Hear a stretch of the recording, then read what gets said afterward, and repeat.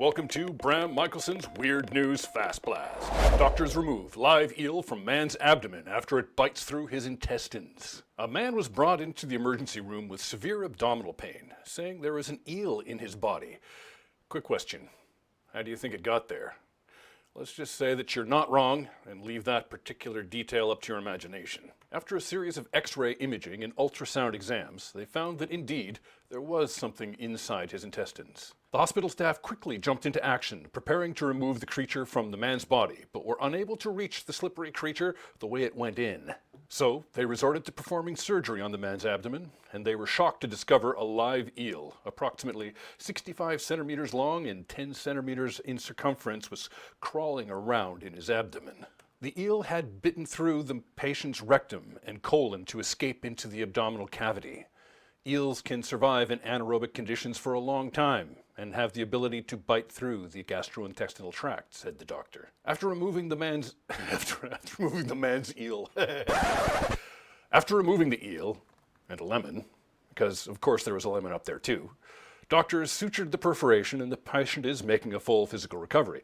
The psychological damage might take a little longer to mend. A 4-year-old boy survives a 16-floor fall with only minor injuries. This little guy miraculously survived a 43-meter tall out of his 16th floor apartment with only a scratch and no fractures and minor internal injuries, and nobody understands how. His parents suspect this is how it might have happened.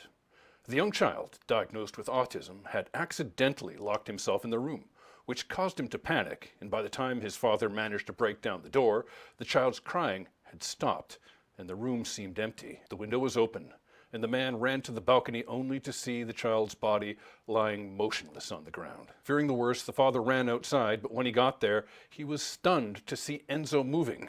He was able to move.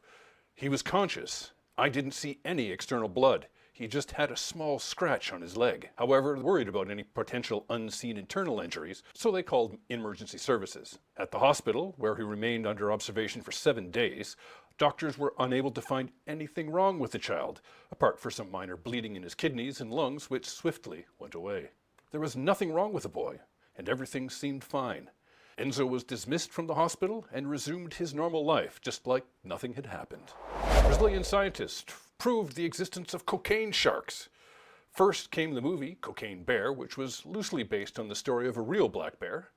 Pablo Escobar was a 175-pound, 79-kilogram American black bear that fatally overdosed on cocaine back in 1985. The cocaine had been dropped by a group of Colombian drug smugglers in the wilderness in Tennessee. The bear was found dead in northern Georgia and was stuffed and put on display in a mall in Kentucky. Sometime later, the Discovery Channel broadcasted a documentary, Cocaine Sharks. They speculated that the sharks could be in danger of consuming the drugs smugglers had dumped overboard to avoid getting caught. Seems crazy, right? Nope. In a study published last week, researchers tested 13 sharks off the coast of Rio de Janeiro and found that all had traces of cocaine in their liver and muscle tissues.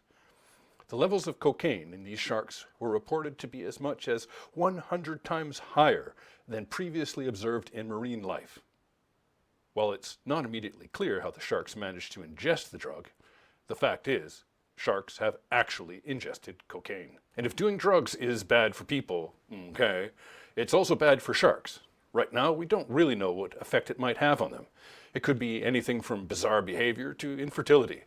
Fortunately, there's no proof that cocaine will turn sharks into unstoppable rage-fueled killing machines. At least not yet. Why NASA plans to crash the International Space Station. Hey, did you know that NASA plans to deorbit the International Space Station? On November 20th, 1998, about 25 years ago, the first component of the ISS was launched into space.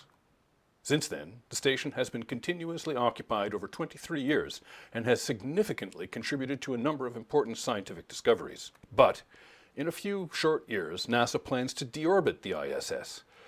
You know, what goes up must come down, I guess.